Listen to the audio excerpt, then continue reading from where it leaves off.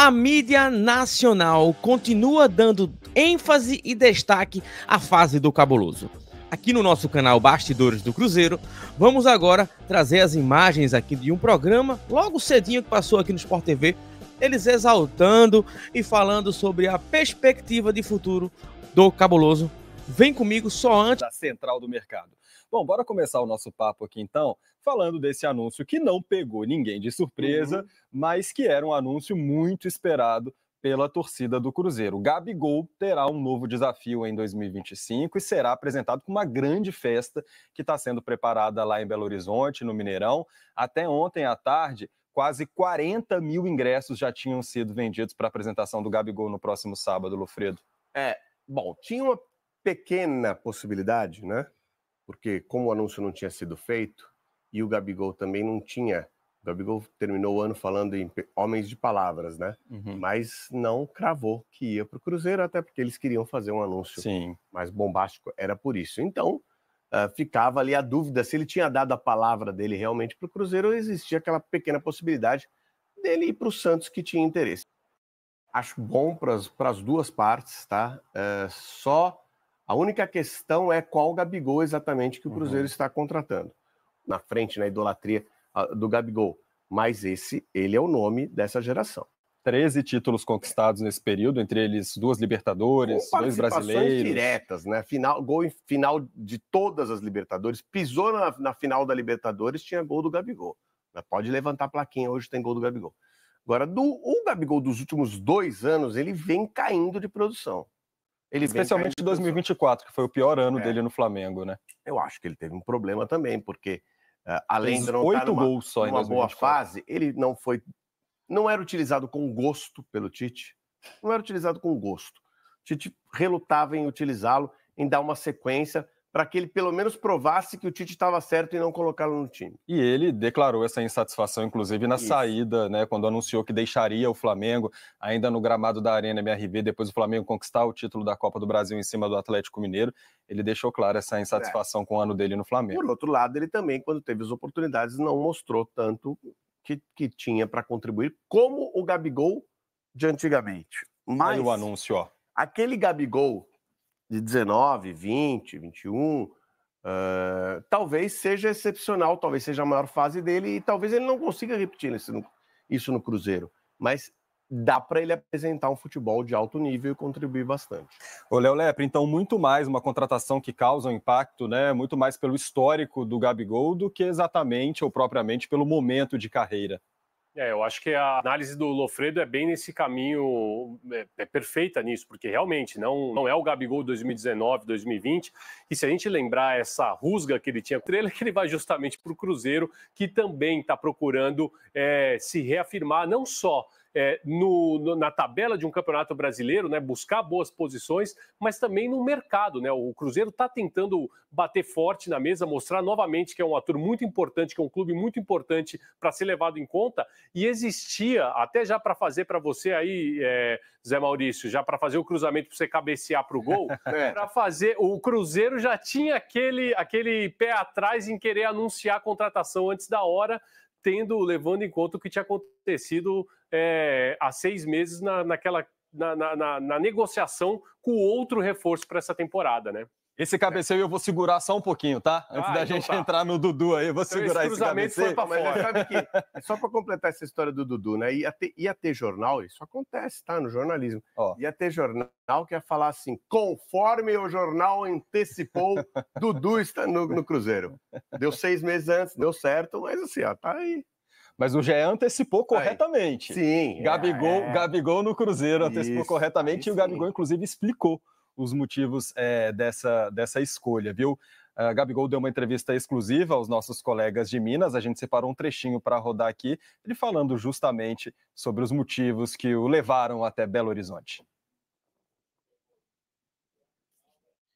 Um momento feliz, um momento especial na minha vida. Tenho 28 anos, passei por muita coisa, aprendi muito. Creio que é meu melhor momento dentro de campo e fora. Então, nada mais do que um projeto novo para eu poder alcançar algumas metas que eu ainda tenho, junto com um clube que também quer de novo se reerguer, já vem se reerguendo há algum tempo. Então, com grandes jogadores, uma grande torcida, um grande clube, acho que é tudo que um jogador quer para poder ter desafios novos, ter uma missão nova, uma torcida apaixonada, uma cidade incrível. Então, creio que juntou muito o lado profissional com o lado também da minha vida atual. Então, creio eu que é a escolha certa. Vencer tudo, ganhar tudo de novo. Eu acho que essa é a meta do jogador. Eu sou viciado em vencer,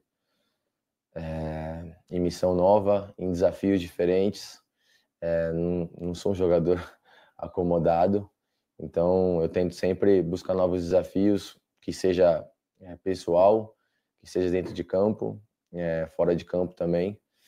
Então, eu acho que é um clube que vai me trazer isso e eu preciso dessa motivação. E aí eu já vou puxar um outro trecho aqui do Gabigol para te ouvir, Lofredo, sobre esse momento que ele terá agora sendo comandado por Fernando Diniz, né? Como você imagina a figura do Gabigol nesse trabalho do Diniz e no time do Cruzeiro. Vamos ouvir então o que o Gabigol falou sobre jogar ao lado de Fernando Diniz e também Dudu, que é um jogador super vitorioso que vem do Palmeiras para integrar esse time do Cruzeiro. Roda aí mais um trechinho do Gabigol. Tem um jeito diferente de jogar, mas creio que a gente combina. Eu também não sou um jogador normal, então creio eu que as coisas vão se encaixar. Claro que com muito treino, muita dedicação, com a ajuda dos companheiros, isso pode dar muito certo. É um sonho que eu vou realizar. Eu sempre joguei contra e sei o quanto é difícil. É um jogador especial, é um craque. Como você falou, nos últimos 10 anos, talvez o Dudu e o Cássio foram do lado do Arrascaeta, do Bruno Henrique, de mim. Eu acho que foram jogadores que foram desequilibrantes no Brasil. Então, poder estar do lado deles, eu acho que vai ser especial. E principalmente do Dudu. Dudu é um cara que, com certeza, eu vou realizar um sonho e jogar do lado dele. Bom, o Fernando Diniz tem um trabalho muito marcante. Ele tem um estilo de jogo muito marcante, presente, único. Como você imagina essa relação entre Gabigol e Fernando Diniz no Cruzeiro? Dá para jogar bem dentro do esquema do Fernando Diniz. Porque o Gabigol não é um jogador, embora o Fernando Diniz consiga jogar assim também, foi campeão da Libertadores com o Cano. O Cano é um jogador dentro da área de 1-2 toques. Finalização apenas, pouca participação fora da área. O Gabigol não. O Gabigol também é um jogador de dentro da área de 2 toques, mas ele vai aparecer de uma maneira diferente. Ele não vai ficar posicionado para fazer essa finalização dentro da área. Ele vai fazer uma movimentação e vai entrar na área para essa finalização. E dentro dessa movimentação ele pode gerar muitas jogadas para os seus companheiros. Acho que uma dupla interessante, Gabigol e Dudu, mas ela teria sido mais interessante há alguns anos.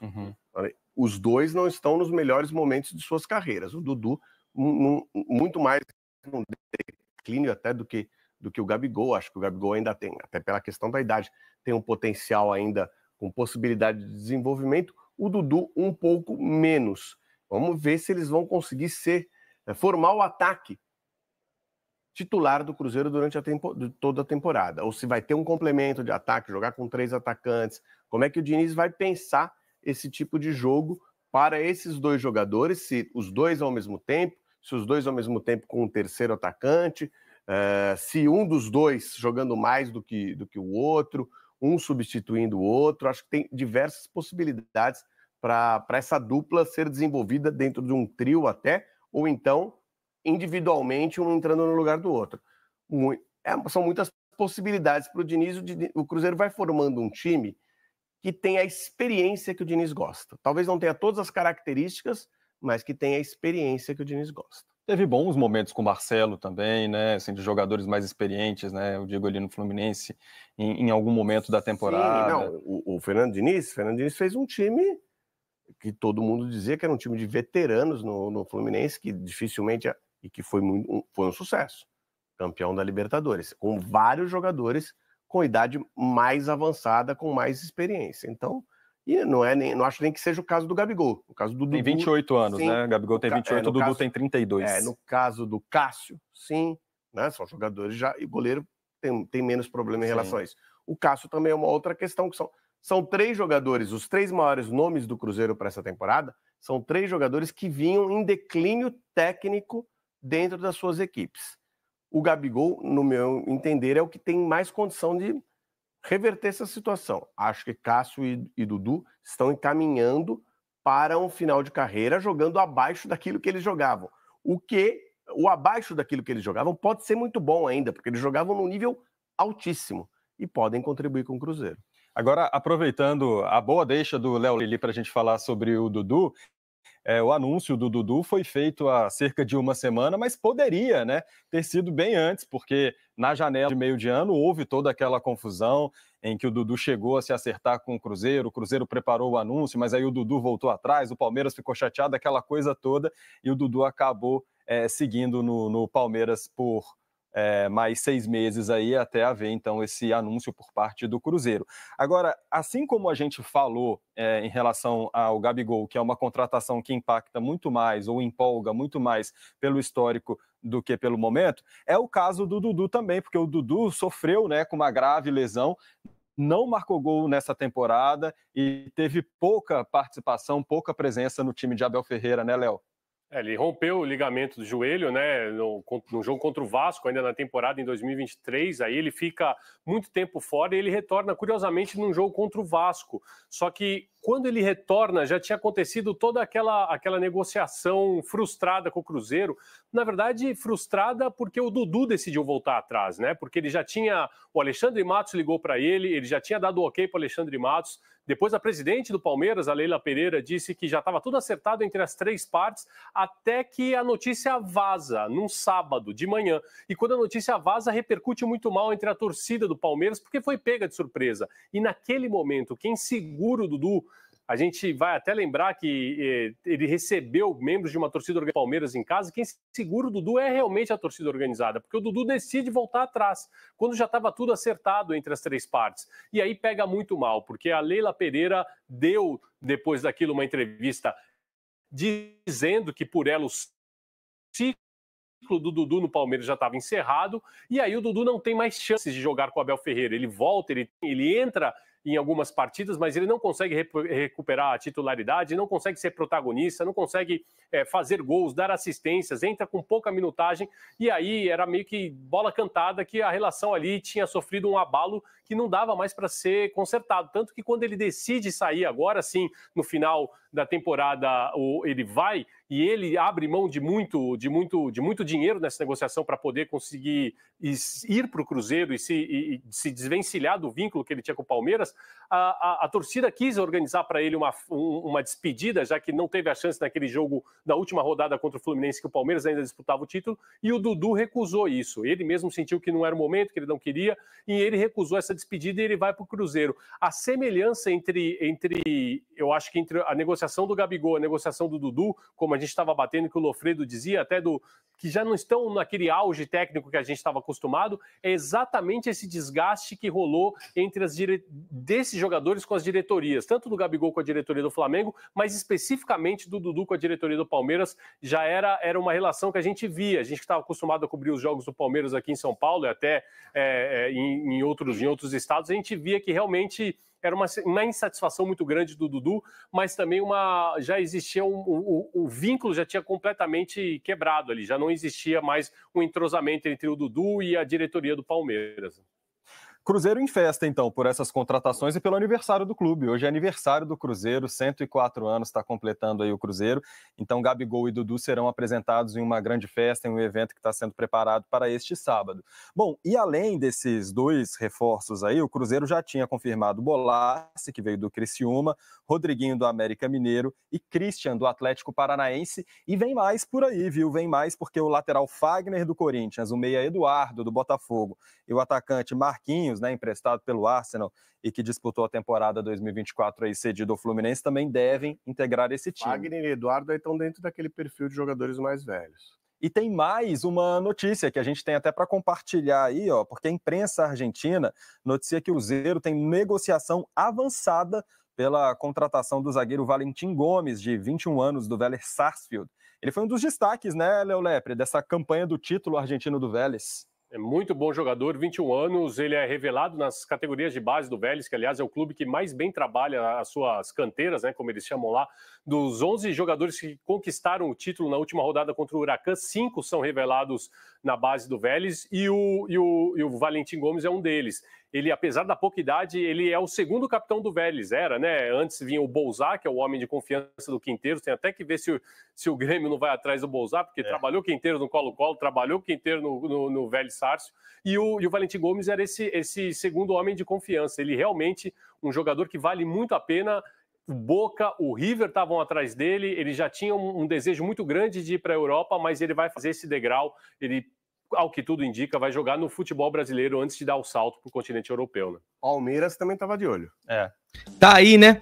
Destaque na mídia nacional, o Cruzeiro segue chamando a atenção, né? Gabigol, Dudu, grandes estrelas, jogadores de seleção brasileira, multicampeões e que hoje estão no Celeste para realmente levar novamente o clube à glória. E aí, você ficou satisfeito? Gostou dessa apresentação? Tá ansioso aí para o próximo dia 4 no Mineirão?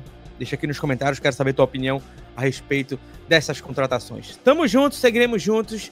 Vem comigo, se inscreve no canal, ativa as notificações, deixa seu like. Aqui você está no canal Bastidores do Cruzeiro.